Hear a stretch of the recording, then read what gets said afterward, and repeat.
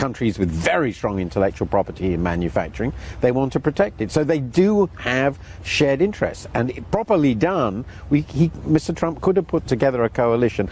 And now he focuses on the trade surpluses. I think that's complete nonsense.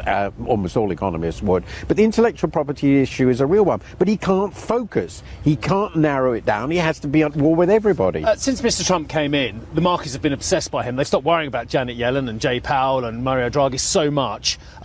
Is that right, or have they taken their eye off the board, and actually should we start worrying about ramifications from what Mr. Trump is doing, the good and the bad, for interest rate policy, and that's going to become front and centre again?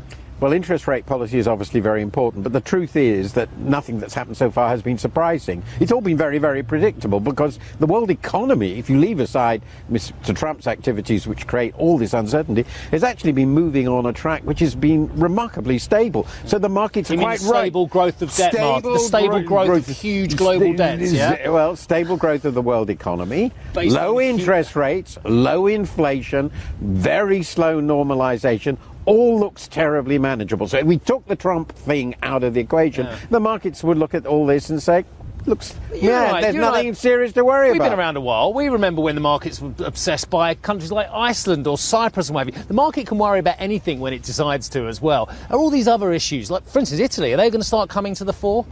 Well, again, it depends on how monetary policy and interest rates broadly evolve. I think there's a perfectly good reason to argue that we could be in a terrible mess 2 years from now. You can easily imagine it. Inflation rises much faster than we think. Interest rates rise much faster than we think. With the huge fiscal deficits, real interest rise a lot. Then countries start getting into, and borrowers generally, we've got as much debt in the world as we had before the crisis, just differently constituted. So what could happen then is we have a series of debt crises. Of course that's possible.